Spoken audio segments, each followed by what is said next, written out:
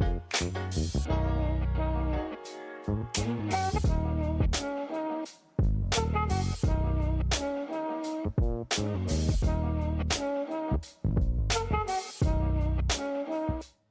welcome to the Closing Beat, everybody. Happy Tuesday to you. How you doing out there? Snow, right? I see you guys complaining about the snow there. We're financial advisors. We don't know much about snow. While other advisors are playing checkers, we are playing chess. And today is a good example, a personal example that just happened like not 20 minutes ago of why you want to keep your dough straight. Get a call. We have some horrible storms coming through here. Get a call. Tornado goes right through my house and literally ripped off my pool cage, which the pool cage is not some little starter like pool cage. It's a huge cage. Lifts it off the house over to the front of the house, drops it in basically the front yard. All kinds of, messed up. The neighbor's pool cage comes flying over. I mean, these are honker of pool cages just flying around. And so my wife, I was talking to her as it happened, and we were both sort of laughing. Like, I'm like, take a video of it. I want to see it. Whereas most people would probably think, oh my God, my life is over. What are we going to do, right? So the importance of having your dough straight for when these crazy things happen, because that was crazy. Like maybe we have a picture we can actually put up there. But oh my God, so really cool. The thing just went ripped down the backside of everybody's houses and tore it all up. So, some fun to deal with that, but baby daddy getting a new pool cage. So we'll see. Anyways, Wine and Wealth this week, we focused on what to focus on first, right? Like, all right, we're going to make this year the year you get your dough straight. Where do you start? What do you focus on? So be sure to check that out. I'm just getting word here that my 2 Italian Cypress are safe. So this will be a good show. Very happy through that because I was worried about those, but they're doing fine. So all is good there. Also, this week we got a Consumer Electronics Show going on. Some pretty cool stuff. Nothing really crazy just yet. That really doesn't get kicked off too crazily in the first day. That was pretty cool. The one thing was a see-through TV. It's like glass, but then, it's a TV. Thought that was pretty cool. But other than that, nothing too impressive there. Let's get started with the markets here today. Naturally, a little less time to participate and prepare for today, but we'll get your questions answered and everything. We'll hang out a little bit and see how we do. Okay, as far as the S&P is going, if you are bullish, you're really happy with today. Not much happened, and it's not like an exciting day like yesterday, but you would be really, really happy with today. Why? Because all day today, we held up here. The attempts to fall a little bit got sucked back up. So if you're bullish, you go, hey, there's no sellers. If there were sellers, we could have just retraced the whole day. So we didn't do that. That's awesome. I'm happy to see that there. We have this gap down, reversal, and hold, right? So a lot of intraday strength that you'd probably be pretty happy with. But if you look inside, we use this silly, like a heat map thing. Is this round number 2 coming through? Just a little bit. Okay, all right. Just hear it out there. But if you look at the heat map, notice nothing. What do you got? Do we have any leaders? Do we have the big tech stocks, the bigger squares, in other words? Are they leading the way? No, they were kind of mixed, a little down, a little up, a little better, a little Tesla down. All right, fine, it's kind of mixed. And so then that's what turns into this type of a day, which again, if you're a bull, you're happy with. If you're a bear, you're like, come on now, let's go, pull back a little bit. No team effort as far as that goes there. All right. Let's go through the rest of them, and then I'm going to kind of cover some of this other stuff here. We'll talk about some of the best stocks, all kinds of good stuff. If you're looking at the NASDAQ there, same thing, just a little bit of extra juice. You know what I mean? Like if you're a bull, okay, we sold off, gap down this morning, everything recovered, you're happy with that. No problems there. The Dow, a little bit of weight from the spillover from yesterday, not too bad, and it's holding up actually pretty good, so no complaints there. Russell 2000, if you're a bull, you're like, ooh, okay, well, on the bright side, maybe I'll get to add a little bit more if it pulls back. But that wasn't the best of days there for that one. If we look at bonds, not a whole lot going on there because there's not a whole lot of new news or wording and stuff from the Fed, voting members anyways, to get you excited. So both short-term and long-term bonds both saw just a little bit of a decline in yields today, but not anything to get excited about. Crude oil, I don't know. It's okay to not know what something's doing sometimes. Remember when I was doing that with the Dow? I'm like, I don't know what this thing's doing.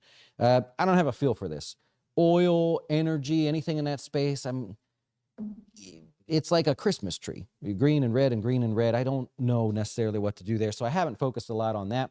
And then gold, a little bit choppy, but we know that that big middle finger did come true, and it would not have been a good time to invest in gold. So let that calm down just a little bit before you find yourself getting maybe more excited. I don't know. I can't tell you what to do, but that's what I'm thinking.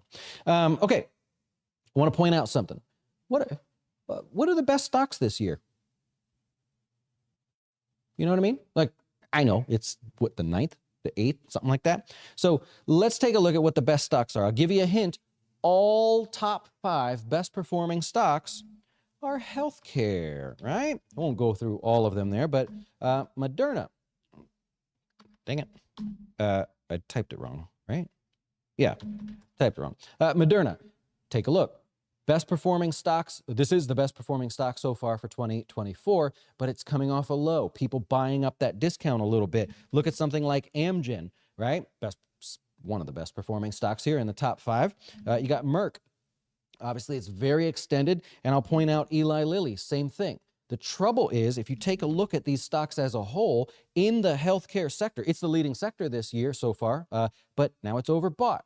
And today kind of shows itself a little bit with people not willing to buy more when what? The rest of the market was willing to buy more. So a little bit of a relative weakness there for healthcare. All right, let's go on to banks. Banks start reporting on Friday. And here's a quick look at how things break down for the stocks that are going to report. What we're showing is the average of all quarters, right? So for Bank of America, the average in blue here for any quarter is just about a 1% decline. We've already covered that. If we look at only the fourth quarter earnings, we find that, hey, that's not such a bad quarter for them. In other words, the weakness comes in other quarters. You can't say that for Citigroup. The average decline, very minimal, but in the fourth quarter, for whatever reason, when they report earnings, it's more wild. The same for Morgan Stanley, the same for Wells Fargo, the same for Interactive Brokers and PNC Bank. And I'll throw in Bank of New York here as well. So when we look at those banks' earnings that come out, watch how those end up being more volatile. And that's okay. If you expect it ahead of time, you know it's coming. No big deal. All right. What else? Oh, hey, we got inflation. The inflation numbers are coming out on Thursday. Yeah, on Thursday.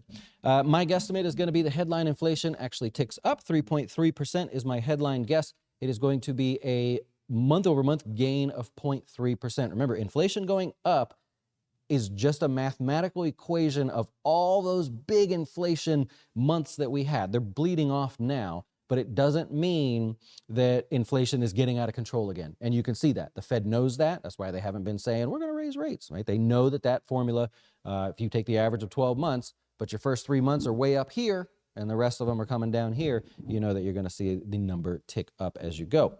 The reason I think inflation is going to be moving higher, well, one helpful thing, used car prices. You can actually see it in real time. Used car prices down about 1%. That's about 7% over the last full year. So that's helping weigh on it just a little bit.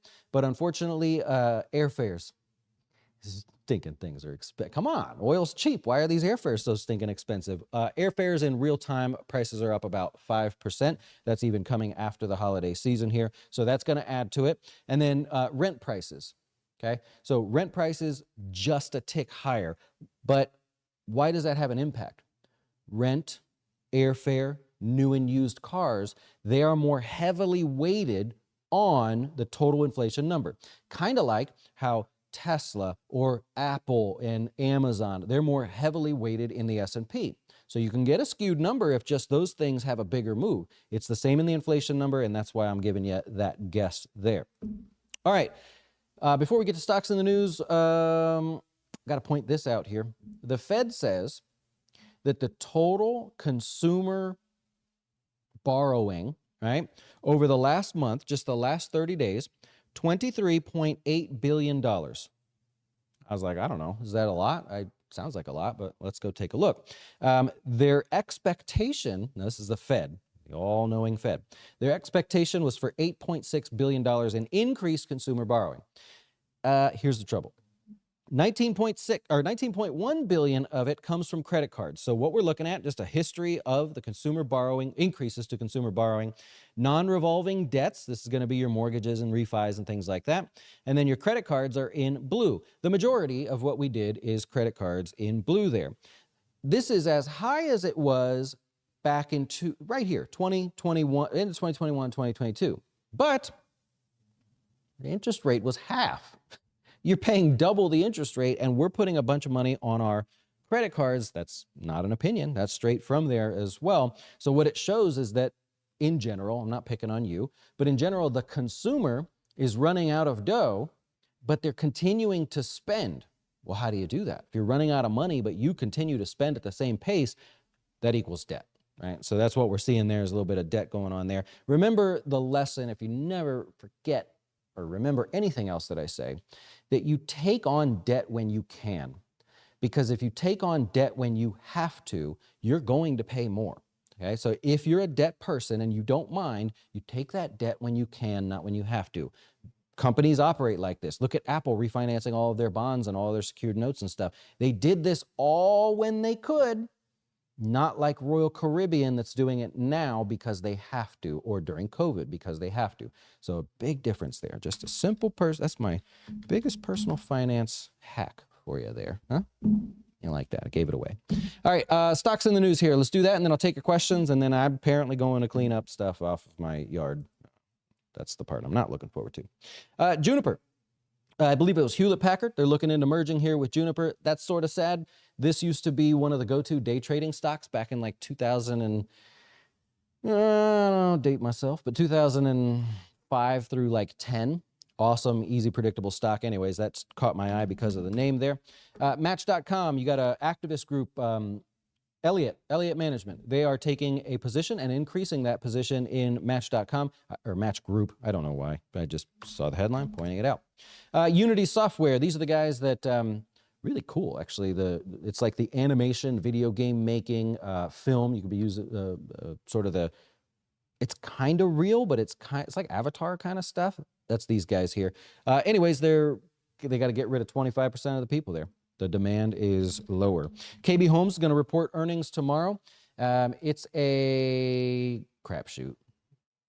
Yeah, it basically flip-flops on the last 8 earnings reports. It's up, it's down, it's up, it's down, it's down, it's up, it's down, it's down. There's nothing exciting to say there, but they will report, and since we're getting into earnings season, they might get a little attention. And then Microchip, kind of interesting here. So they gave sales guidance lower. And I was reading through this, what they were saying there. It's kind of interesting how they said it's not their fault, right? They're like, well, our customers ordered less. And they ordered less because they told us they're trying to de-risk their inventory. Now, that's just fancy wording for there's a slowdown, right? So for these guys in particular, their customer base, you go look them up, they're ordering less to de-risk. If you start seeing that more and more where people are saying, Target saying we're de-risking our inventory, Kohl's, we're de-risking our inventory. They're saying it's just not enough people buying the levels of inventory we have, and we don't want to take that risk. So we are not going to order as much, therefore our inventories will go down. So it could be a really interesting back end of the earnings season guidance-wise for a lot of these big tech names, as well as some of the retail names as well. So I like to point out those things ahead of time, like maybe nothing, but if it's something, we're going to keep that word in our heads there and see how things go. All right, let's see what questions you have, and then I'll get out of the way a little bit. Do what I gotta. You guys got to deal with. I'm seeing a lot of stuff with the snow. You know, we got wind and water down here. You know, what's the problem? What? Oh, Cody. We got two important things. Actually. He's like, come on, man, hit me with the first one. Is the guess that leaderboard, obviously. Yeah, your top 5 for that. Well, oh, boy. Power. Yeah, Power's hanging on by a thread here. We got Lawrence, David, Lene, Bubba, and Courtney. Those are your top 5. And also, we wanted to announce that you can receive your $100 if you win Guess the Dow by simply receiving a text message. How cool is that? Yep. You know, always evolving over here. That's true. Yep. I did forget to bring that up. If you do play Guess the Dow and you happen to win and you'd prefer us to just text you your money, old Doug told us today that was a new feature we would be able to do. You don't have to give us your number, right? They don't give the number Not when they fill it out, but when I email. Yeah, so if you win and we email you, if you want to give your number, we'll just text it to you, or we can email it to you as well. No big deal. Remember, we don't do anything with your data. You just won. That's it. We won't even call you. We won't market to you. Probably should, but we got one more thing. If you want to get, what else you got? If you just wanted to get a little silly, the SEC's Twitter was actually hacked not too long ago, and they made an announcement saying the Bitcoin ETF has been approved. No, so they made the announcement that Bitcoin ETF was approved, but that wasn't real? It was a fake tweet, yeah. So Gary Gensler had to come out and refute that fact. And I don't know if they got their Twitter back, but it was hacked. So that's not a good point for Elon Musk. Because you know they go right after that guy for that. Yeah. Oh, man. All right. So we don't know if there's a spot ETF. That has not officially been approved yet, no. You want to bet on it? If they're going to allow it? Hmm? Yeah. I don't think they will. Really? Yeah. Wow. Do you care to take the other side of that? I'll take the other side of that, yeah. $10? Yeah. I'm flush with cash ever since Charlie's. Yeah. Yeah, I think they'll approve it, yeah. I'm in on that. I'll take 10 off, yeah. Of course, I got a deductible, I guess, to pay, but, let me see. Oh, I still got the money. Okay, perfect. Shoot. All right, $10. It's in there. Cody's saying there will be a spot Bitcoin ETF. I am saying they will shoot it down. Either way, by the way, here at Jazz Wealth, we don't participate in that. We will not be participating in that. So no worries if you're against that or for that or whatever. We just do not participate in Bitcoin because there's no reason. Don't get me started. Anyways, yeah, I do have an insurance a little bit to pay there. So yeah, there is that. But who knows? I may get home and just start hammering things back together and put my fence back up. Oh boy. No, that's not going to happen. It is a horrible mess there. Also love to know what a pool cage is really for. Sorry for the inconvenience. Oh, what is it for? Well, because maybe where you live. So they like pine trees and stuff, and then mosquitoes at night. Like you can sit out there and there's no mosquitoes and stuff. So a little bit of that. Maybe something that has to do with keeping the pool better for longer, but yeah. You want to know something grateful? He said tornado might scare some people back to New York. You want to know something? Since New Year's, my block, there's only one guy, and he's not from New York, all the way at the end. They're all gone. I think they all went up to New York. Oh. It is so peaceful. I don't, like, middle of the night, you usually hear like a, hey, none of that. Yeah. Oh, that's great. So they're not here. Yeah, bugs, probably. We're going to find out, right? Because I'm not going to have a pool cage for a while. Anyways, appreciate you guys hanging out with us. Hopefully you learned something here tonight. Sorry to cut this one a little bit short and not have as much for you, but we'll be back tomorrow to do it all over again. You enjoy, and yeah, we'll see you then.